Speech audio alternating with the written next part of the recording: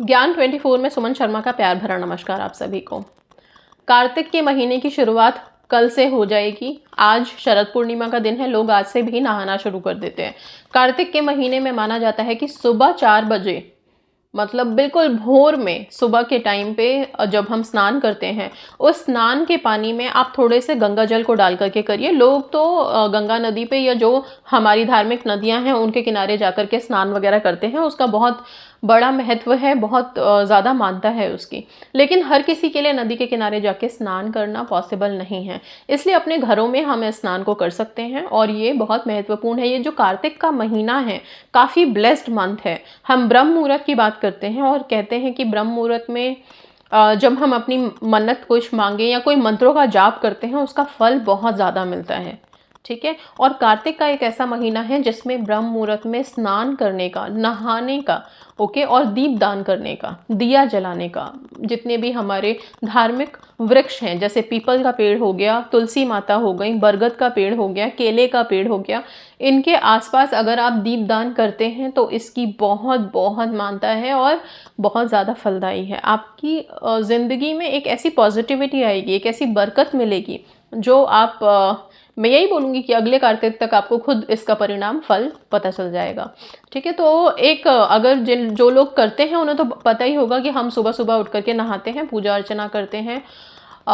ओम नमो भगवते वासुदेवाय एक ऐसा मंत्र है जो 40, मतलब ये जो पूरे 30 दिन हैं, ओके, पूरा महीना है कार्तिक का, इसमें ओम नमो भगवते वासुदेवाय का जाप तो निरंतर करते रहना चाहिए। इससे आप लोगों के भाग्य का जो उदय होगा वो बहुत ही लाभकारी होगा आप लोगों के लिए। ठीक है। तो एक मंत्र तो पूरे महीने पकड़ लीजिए आप लोग कि ओम नमो भगवते वासुदेवाय का जाप हमें शुरू कर ही देना है कल से।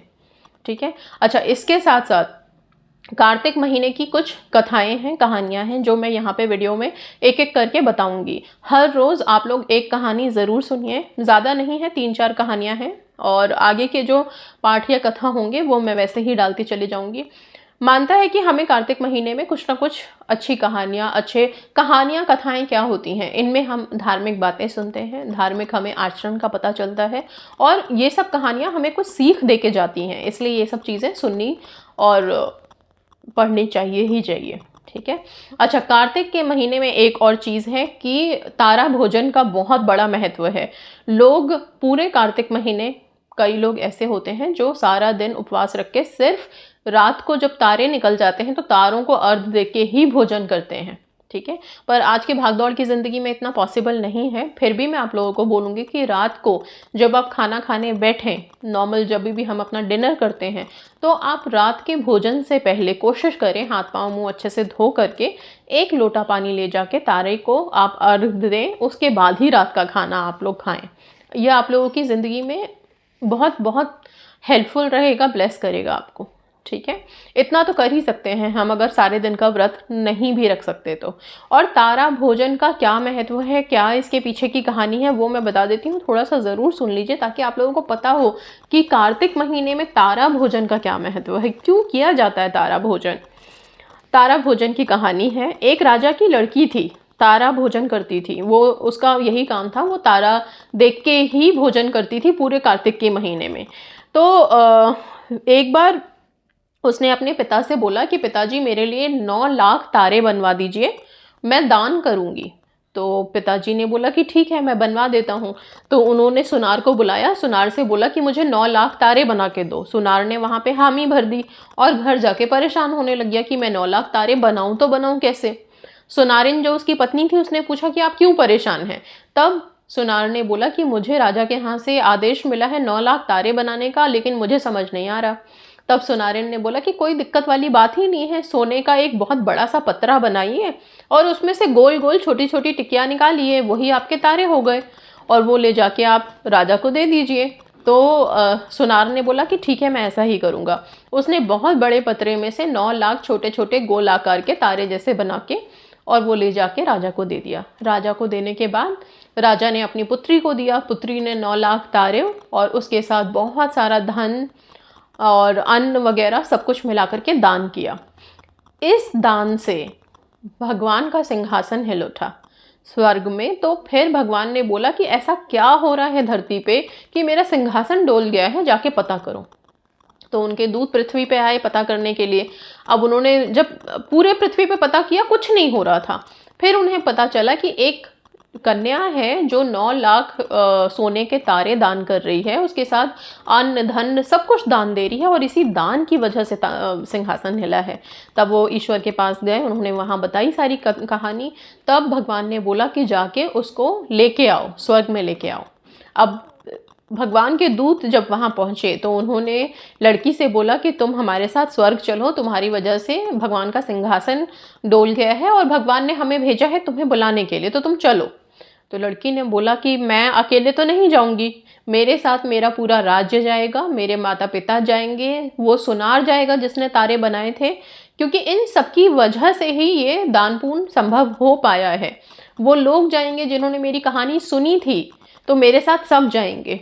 तो दूत बोले कि ठीक है चलो, सब चलो। तो सबको लेकर के बहुत बड़ा सा वाहन लाए, उसमें बिठा के सबको स्वर्ग ले जाने लग गए। स्वर्ग के रास्ते में ये जो लड़की थी जिसने कन्या थी जिसने कि 9 लाख तारों का दान किया था, इसे थोड़ा अभिमान हो गया कि मेरी वजह से ये सारे लोग स्वर्ग जा रहे हैं, नहीं तो किसको स्वर्ग का सुख प्राप्त होता। इस अभिमान के चक्कर में उनके दूतों ने जब देखा कि ये अभिमान कर रही है तो उसे रास्ते में उतार दिया कि तुम अभिमान कर रही हो, और जो अभिमान से भर जाता है वो स्वर्ग नहीं जा सकता। स्वर्ग तो सच्चा और अच्छा इंसान ही जाता है, तुम नहीं जा सकते। तो उसे उतार दिया। उतारने के बाद सबको स्वर्ग ले गए। तो जो भगवान थे, भगवान ने पूछा वो लड़की कहाँ है जिसने 9 लाख का दान किया था। तो दूतों ने बताया कि उसने अभिमान किया आधे रास्ते में, तो हमने उसे उतार दिया। तो भगवान ने बोला नहीं, आप जाओ उसे वापस लेके आओ, क्योंकि उसे उतारने के बाद उसने 7 बार क्षमा मांगी है मुझसे। तो जब क्षमा याचना कर ली है तो उसके सारे कष्ट सारे पाप वहीं कट गए हैं, आप उसे लेके आओ, वो स्वर्ग की भागी है। दूत फिर से गए, उस कन्या को वापस बिठाया और लेके आए। तो अर्थात या अर्थ मैं कहूँ तो सिर्फ इतना है कि जो भी दान पुण्य कर लीजिए, अभिमान मत कीजिए। अभिमान, एक छोटा सा अभिमान भी बड़े से बड़े दान पुण्य को ख़त्म कर देता है। हम लोगों में हमेशा ये भावना होती है, अगर हम किसी को कुछ भी दान कर रहे हैं तो मन में रहता है या हम बोल देते हैं सबको, ठीक है, बहुत आदत होती है हमारी गुणगान करने की कि अरे हमने ये दान किया है, आपका दान वहीं ख़त्म हो गया। आप चाहे इसने 9 लाख सोने के सिक्के अन्न धन सब दान किया था, सब खत्म हो गया एक हल्के से अभिमान से, ठीक है, बहुत हल्का था अभिमान, उससे ख़त्म हो गया। तो हम तो इतना अभिमान करते हैं कि मैंने देखा है कि कई बार जागरण में या कहीं पे जब लोग कुछ पैसे दान करा रहे होते हैं तो जो वहाँ पे सिंगर्स होते हैं जो गा रहे होते हैं उनसे अनाउंसमेंट करा के दान होती है कि फलाना के तरफ से इतनी की रकम आई है, इतने की रकम माँ के चरणों में भेंट आई है। वो दान का तो कभी कोई महत्व है ही नहीं, कोई फ़ायदा नहीं, वो कागज़ का टुकड़ा है, उसकी कोई वैल्यू नहीं है। इसलिए कभी भी कोई दान करें तो कोशिश करें कि वो गुप्त दान रहे। कभी भी अपने मन में भी उस चीज़ को आने मत दीजिए कि हमने इतना दान किया है। आप उस दान के महत्व को आप ज़ीरो कर देंगे अपने सिर्फ एक छोटे से भावना से। तो सिर्फ इतनी सी बात है, कार्तिक मास के इस तारा भोजन की कहानी है ये, और इस कहानी से जो सीख आपको मिलनी है वो मिल चुकी है। बाकी आप खुद समझदार हैं सारे लोग। इतनी सी बात समझ लीजिए कि कार्तिक के महीने में दान पुण्य का बहुत महत्व है। ओके, तो कोशिश कीजिएगा कि हम तो सोने के तारे नहीं बनवा सकते हैं हम लोग, तो आप क्या कर सकते हैं, हमारे लिए जो सिक्के हैं वो ही हमारे लिए तारे हैं, ठीक है, वो भी तारों के ही समान है। तो आप सिक्कों का दान ज़रूर कीजिए, ठीक है। आप सिक्कों को गरीबों में बांट सकते हैं, 1 का सिक्का, 2 का सिक्का, 5 का, 10 का, जितने का भी सिक्का हो, सिक्कों का दान कीजिए। पूरे कार्तिक महीने सिक्कों का दान कीजिए। आप क्या कर सकते हो, हर रोज़ का एक 10 रुपये का सिक्का ले लीजिए। बहुत सिंपल तरीके से मैं आप लोगों को बताती हूँ ताकि किसी पे भी बोझ नहीं पड़े। अगर कोई बहुत ज़्यादा क्षमता वाले लोग हैं कि हम इससे ज़्यादा का दान कर सकते हैं तो आप अपनी क्षमता के हिसाब से कीजिए। नहीं तो 10 रुपये के कॉइन मतलब 10 सिक्के तो कोई भी हर रोज़ दान कर सकता है। अगर 30 दिन हैं और 30 दिन में आप 10-10 के सिक्के लेते हैं तो 300 रुपये बनते हैं। बस 300 रुपये के 3 सिक्के आप रख लीजिए अपने पास और हर दिन 10 सिक्के हाथ में लेके निकलिए, ठीक है।